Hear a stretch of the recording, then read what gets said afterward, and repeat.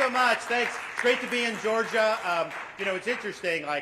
Georgia's a great neighbor, and we work very well. Governor's a friend of mine and has done a great job here. So I'm always happy to come to Georgia.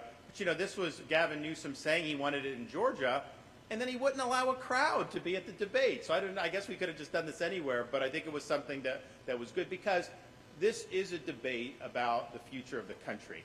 And you see the model that California has done. That's the model for the Democratic Party. That's where their energy is. That's what they would do in a second Biden term, a Harris term, a Newsom term.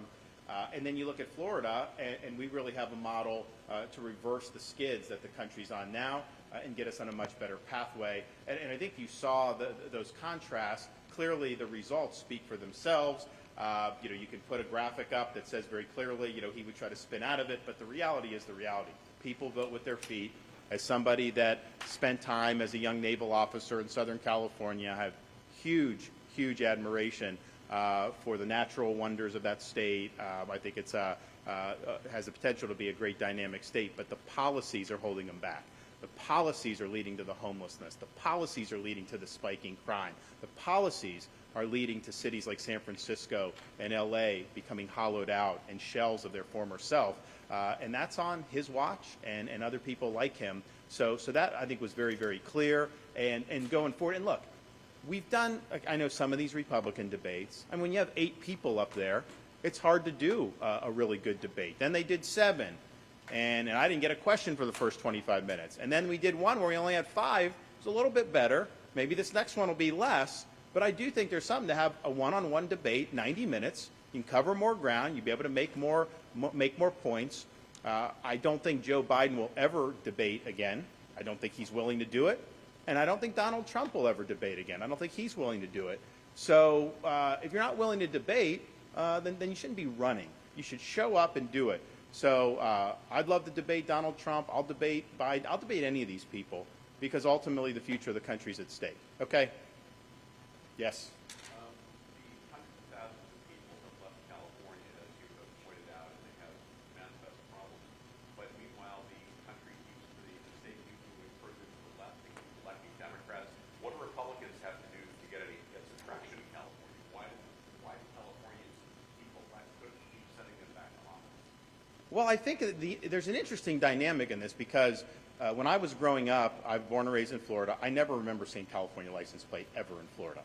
Then all of a sudden I become governor. I see all these California license plates.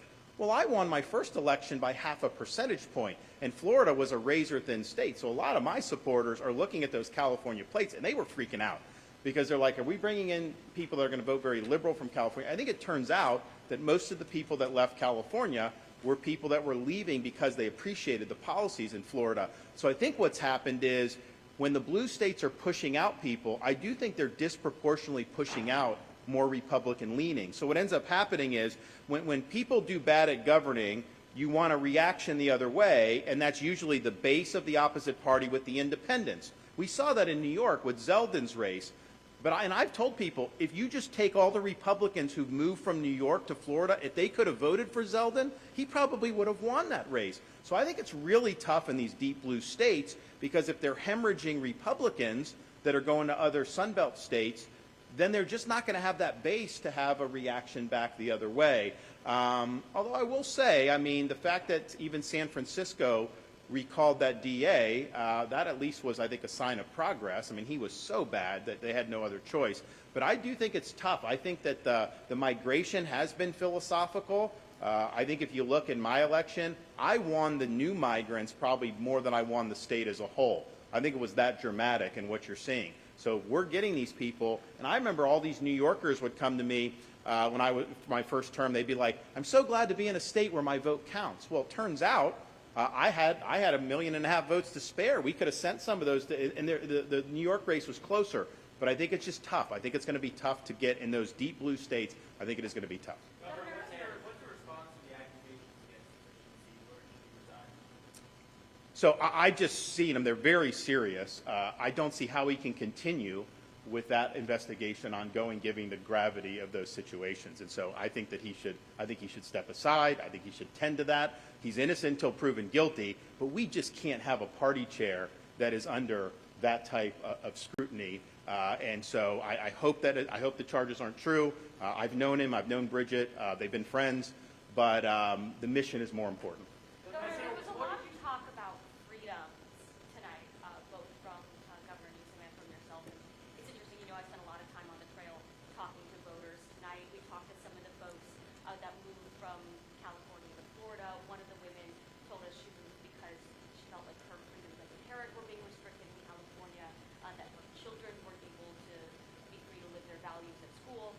But we also have talked to voters that have moved from Florida to California, and the trend I've noticed there, they're often folks from the LGBT community that feel like they're not safe in Florida. What do you say to Well, that's not true. I think some of this is a narrative. Like, we did get into the curriculum, and I think it's fine if you disagree with how we've handled curriculum about saying. Schools, but people who Well, I know, but I think what's happened, though, is having the parents' rights in education, where we say we're not going to do the sexuality or the gender identity in the elementary schools, that was portrayed by people in your industry as, quote, don't say gay, even though the word was never in the bill, and it applies to all of this stuff. So I think there was a narrative that somehow that was targeting individuals' rights. It had nothing to do with that. It had to do with school curriculum. We were right to do what we did in school curriculum, and I think you'll see most people in Florida, they realize that that was a phony narrative, but it has nothing to do with an individual's rights. All we're talking about is focusing on that school curriculum and just making sure that it's age appropriate. I mean, I showed the stuff from the book. That is in schools in California. When he said it wasn't, that is. They do have gender. They start to talk about gender, how, the gender stereotypes and gender change. They do talk about that in California in elementary school, because I looked that up. So that is there, and it's not there in Florida, and we think it's more appropriate the way we're doing it. Governor, Yep. I just have a quick follow-up to Will's question. When exactly did you learn that there's an investigation into Today. Taylor? Yeah, and today. then my question on the debate, you have to operate with governors, regardless of party, as president. If you become president, how would you operate with Newsom and democratically led states? So when you have issues like emergencies, I put all the politics aside. I've sent California help already.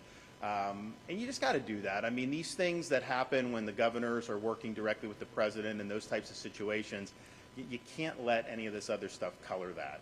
And so I've been somebody that has been willing to do that, and I would definitely do that as president. Now, in terms of our posture to some of these states and their policies, for example, we are going to be aggressive at going after these radical district attorneys. Well, we have tools with the Justice Department. They are causing serious carnage to their communities. And you can just talk to people, and like when I'm sitting up there, and I said at the beginning, he knows how to spin, he does this, but like to try to put the lipstick on the pig and say somehow crime is not a problem in LA, just talk to people. You go visit, I've talked to people, they go to a hotel, they're like, I want to walk down the street. And the guy at the front of the desk will say, what are you doing? You're leaving the hotel? Yeah, no, you can't walk down that street. The women take off their jewelry. So that's happening, and that's not right. And I think every American should have the right to live in peace and security. And to elect people who say they have an agenda not to enforce the law, that's unacceptable. If you don't like a law, you run for the legislature and you try to change the law. You don't get elected to an executive position and then nullify the law. Governor DeSantis, tomorrow you're going to Nikki Haley's backyard. What is your message to former South Carolina Governor Alden tomorrow? Well, my message is about our campaign. If you compare, I've been a governor, I'm a governor, she was a governor. Can people name anything that she did as governor that was significant, substantive? No. And a lot of people in South Carolina I talk to can't do that. Whereas me, we've been a transformational governor. Everything I promised I'd do, we got done. And we've made a huge, huge difference. And so that's what it's going to take. What you don't want is somebody that's just going to manage the decline. You want somebody that's going to actually reverse this decline. And that means you got to get in there, and you've really got to be strong to change the trajectory of where this government is going. I've shown the leadership to be able to do that. I have the background and I think the backbone to do that. And I have the focus and discipline. I think I'm unique in the race in that respect. So Republican voters, South Carolina conservatives in particular, they can know if the governor's saying he's going to go and he's going to deal with this deep state, he's going to do it. It's not just idle rhetoric. If he says he's going to solve the border, he's going to do it. It's not just going to be idle rhetoric. And I don't think she has the track record of being able to say the same thing. Tonight, what do you feel like was the outcome and the result of this? So I think what it was, I mean, part of the reason I did it is because Sean's a friend, and he pitched it to Newsom. Newsom said, 24 hours, I'll do it. So then they came to me and they said, and at first I was like, you know, Newsom's running a shadow campaign. He should actually make it official. But then I thought about it. I'm in a race where one candidate gets a disproportionate amount of media coverage. And so I have to be able to get my message out. So to have 90 minutes on national TV where I'm able to go and box somebody who is on the far left, that is good exposure for me. And in fact, you know, I've just been talking to my folks. You know, we got a great response tonight from people. You know, people on the right who have been dinging me because they're for Trump or somebody else. Everyone kind of rallied, and they're like, you know what? This guy represents our values, and he's taken the fight to the other side. So I think it was good. I think we got a good shot in the arm about it. I'd be willing to do more of these with others, because ultimately voters need to see who you are, what you believe in, what you've accomplished. But I do think being on a stage like that, it allows you to say, okay, who do we want in those presidential debates next September for our nominee? Because if you go back to October of 2020, the first presidential debate, Joe Biden beat Donald Trump in that debate. He beat Trump in that debate. I had people at the Florida governor's mansion. We had 50 people. We were all excited. We watch. The debate ends, and everyone is just speechless. We didn't know what to say. And it was a Biden win. And like, we all had been making fun of Biden for being in the basement, not being able to string two sentences together. She did it. We don't have the opportunity to miss this time. We've got to put our best foot forward. We've got to have somebody that's going to go up there, really galvanize the voters that we need, but be able to stand on that stage and articulate the conservative principles that make the country tick and what we're sorely needed. So I think I showed today that any of these primary voters are looking. I think they can say, you know, that guy's going to fight for me. That guy's going to be up there. He's not going to take any of this from the left, and he will get the job done. Oh, it was a stunt. I mean, give me a break. Like, I mean, that's just what he's doing. He clearly had some pre-programmed things that he was doing. It was interesting. Some of the things he was saying on like immigration were totally bogus. I mean, like, there's some things you can do which is false and maybe a twist, and it's like 99% false. But like, there's not even 1% on that. He was just making that stuff up. A lot of the stuff he was saying has already been debunked. With some of these the bogus attacks that Haley's lodged against me, and that's from like these liberal fact checkers who almost always ding me. Like my whole time as governor, it's like, you know, I have a comma out and they say, you know, pants on fire.